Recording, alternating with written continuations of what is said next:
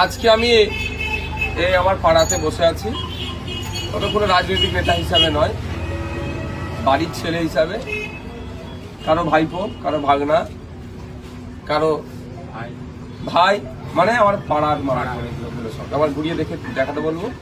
আরো সব আছে, আমি কালকে দায়িত্ব নিয়েছি, আগামীকাল শুক্রবার সম্পূর্ণরূপে আজকে বা আগামীকাল আমি থাকবো কোনো রাজনৈতিক নেতা হিসাবে না, ভাইপো হিসাবে, কারো ভাগনা হিসাবে, যেমন আমাদের মামু, বিখ্যাত মামু, সৌমান মামু, আমাদের জামাই, এই চাচা হচ্ছে, এই যে আমাদের ফুপা যারা আছে, এই হিসাবে আজকে আমি এখানে এসেছি। আমি একজন রাজনীতি নেতা নয়, বাড়ির ছেলে হিসাবে আজকে আমাদের ফর্ম ফিল আপের কাজ চলছে।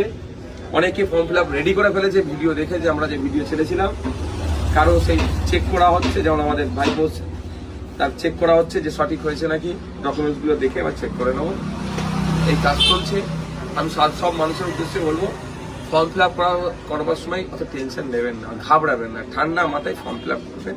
নির্দিষ্ট নিয়ম আছে, তাড়াহুড়ো করবেন না। কিভাবে ফিল আপ করতে হয় একাধিক ভিডিও আমার ফেসবুক আইডিতে পোস্ট করা আছে, সেখান থেকে আপনারা দেখে নিতে পারেন। আমরা এখন